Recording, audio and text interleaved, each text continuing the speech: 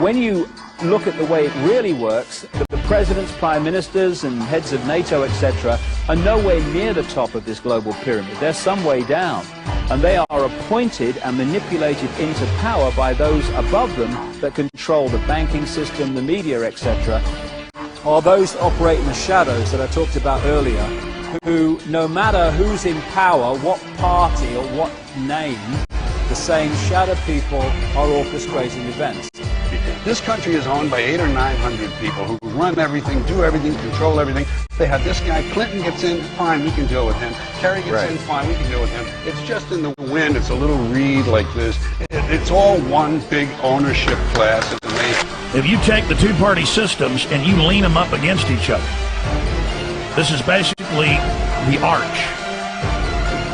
Their force going together keeps them together and makes it become a very strong, stable platform on which they can build their hierarchical New World Order system.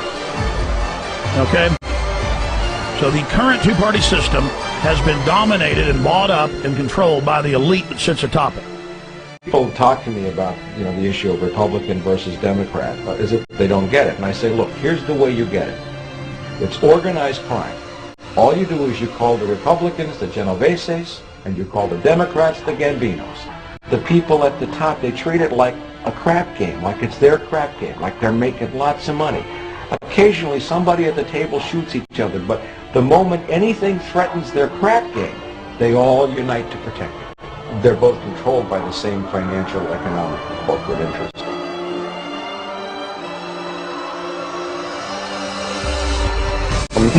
The word Illuminati comes from the Latin word illuminam or illumin, which it means light. And so anyone who is enlightened or brilliant, and of course those who are the most enlightened are called brilliant. Well, it comes from Lucifer. Well, what we're really talking about here is Lucifer, the fallen angel, and they have picked up on this, the Illuminati. The Illuminati, the illuminated ones, illuminated into knowledge that the rest of us don't get.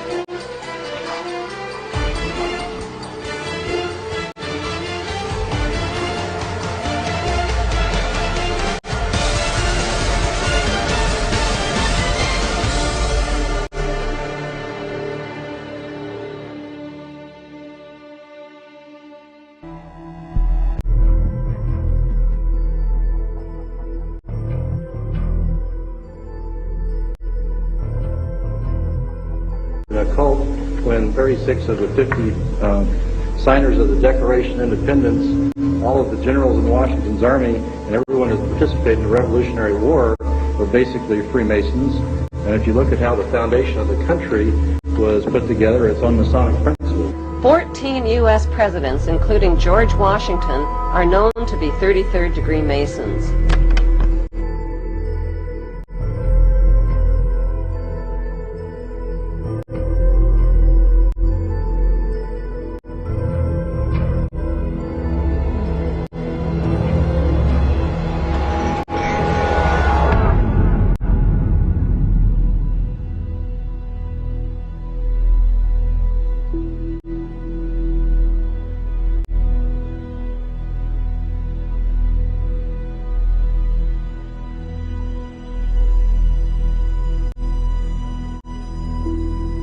The first royal member of the Freemasons was Frederick, Prince of Wales. The latest members include Prince Philip, the Duke of Edinburgh, and consort to the current Queen of England, Elizabeth II, who herself is a grand patron to the Masons. However, behind closed doors, the Freemasons were free to indulge in the secret rites and rituals handed down to them by their ancestors, and these became the basis of their levels of membership, called degrees.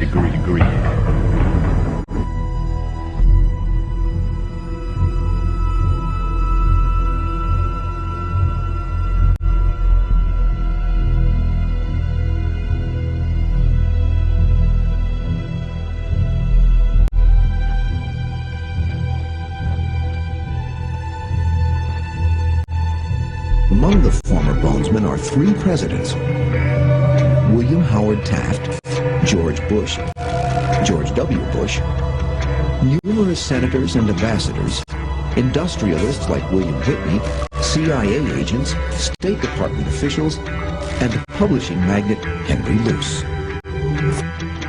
2 centuries, Skull and Bones has produced the stewards and leaders of the American ruling class, the Eastern establishment, elite core of diplomats, spies, Supreme Court justices, senators, presidents. You were both in Skull and Bones, the secret society. It's so secret we can't talk about it. You both were members of Skull and Bones, a secret society at Yale. What does that tell us? Not much, because it's a secret.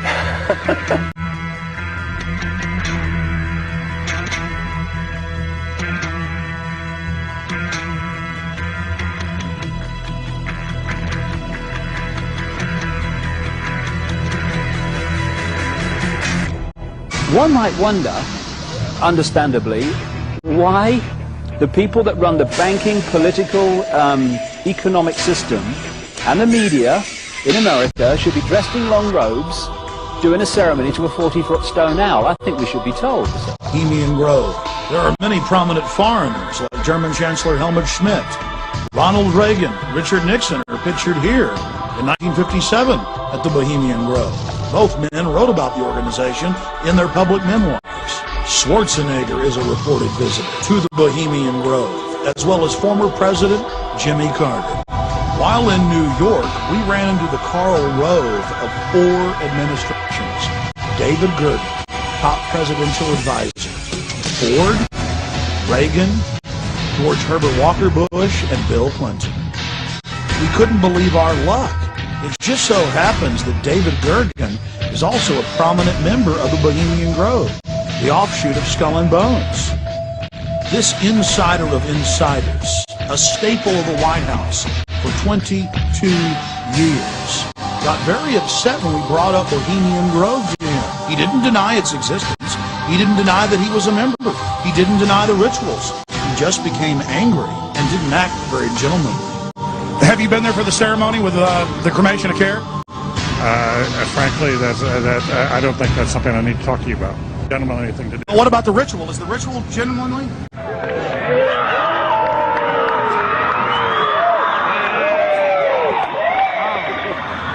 Sir, everything I don't owe you this comment. I know. I appreciate it. This is what's called ambush journalism, and I disrespect you for that as well. So thank you ever and goodbye. Been in the ritual? That's none of your damn business. People are familiar with the more famous names that are connected to these secret societies: Henry Kissinger, David Rockefeller, etc., etc. But there are literally hundreds of top-level, very powerful people who are at the inner core of these secret societies.